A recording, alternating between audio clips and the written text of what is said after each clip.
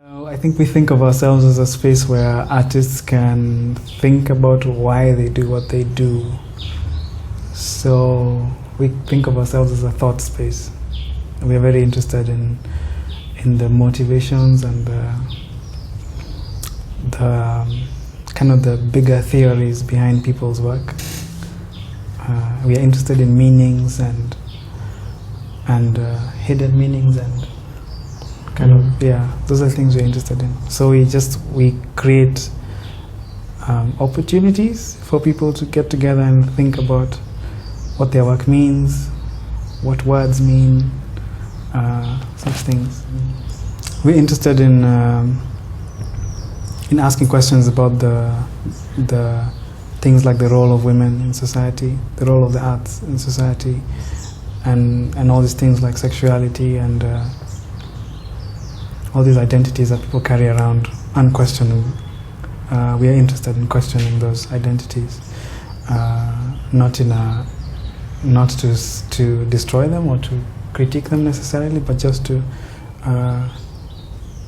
encourage that kind of atmosphere of uncovering the roots of things and the history of things. We're interested in what things like homosexuality say about the mainstream and the denying of things like homosexuality. What do they say about the mainstream? We're interested in the place of religion and the idea of un-African things is very interesting because it supposes that the idea of what is African is set in stone somewhere. And if you really pursue the meaning of these un-African things, you find that they actually are very African by some definitions. And the definition of what is un-African says more about the person defining than the thing that is defined. I think the thing about Africa is that African countries, and even Africa as a continent, is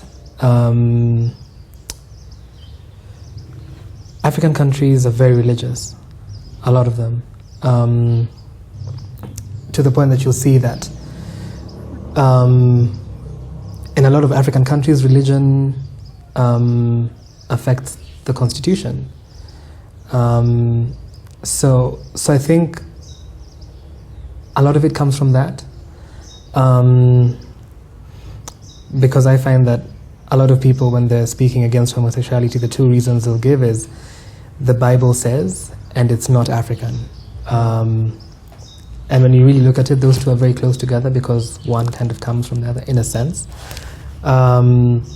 Because if you look at African history, there's a few communities that do have some history of homosexuality. So then that raises the question for, are you trying to say it's not East African? Are you trying to say it's not West African? Is it not North African?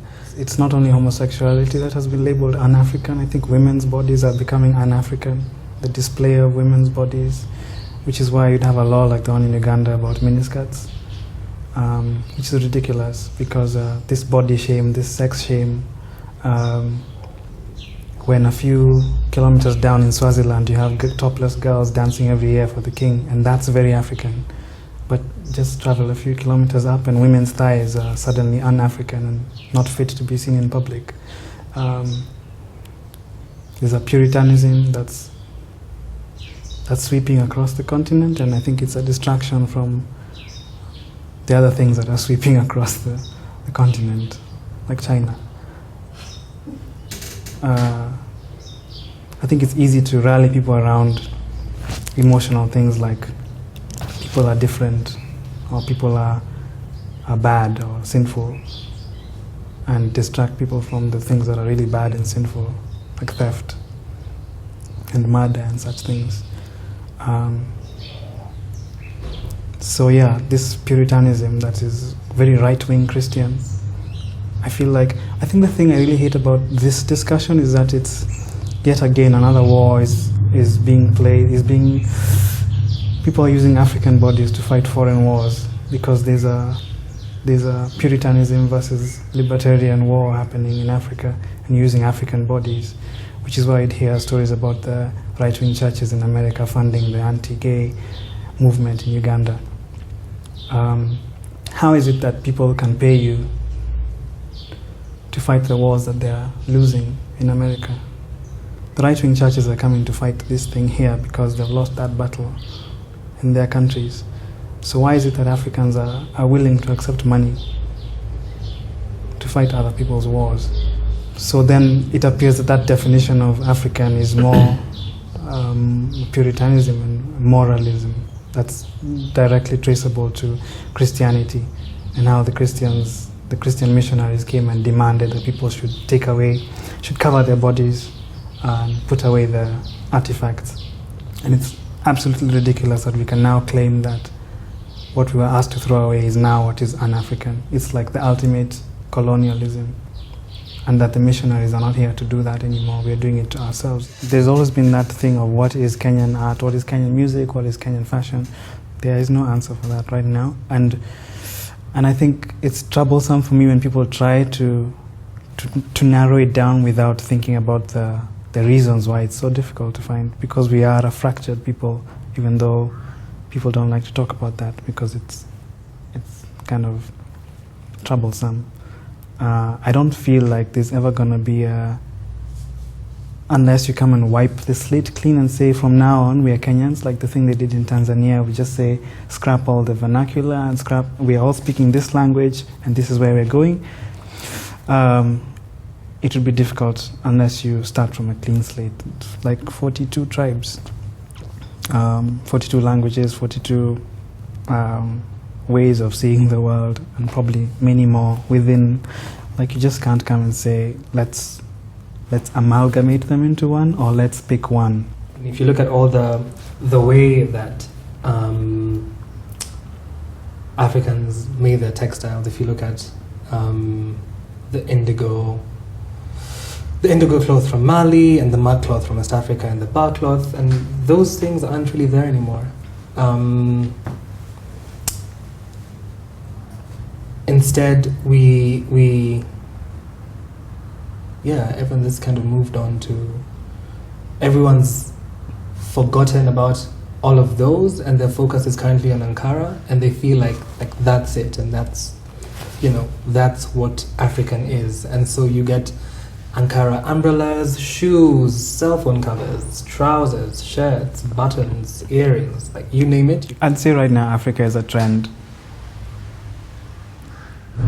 which is terrible to say, but it is. It does feel trendy right now to be into African things,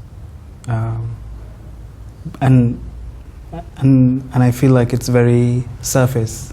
It's a very surface interest to walk into a place and say you're interested in them, but really you're interested in the dress and the music and the culture and the art, but there's all the other stuff underneath that.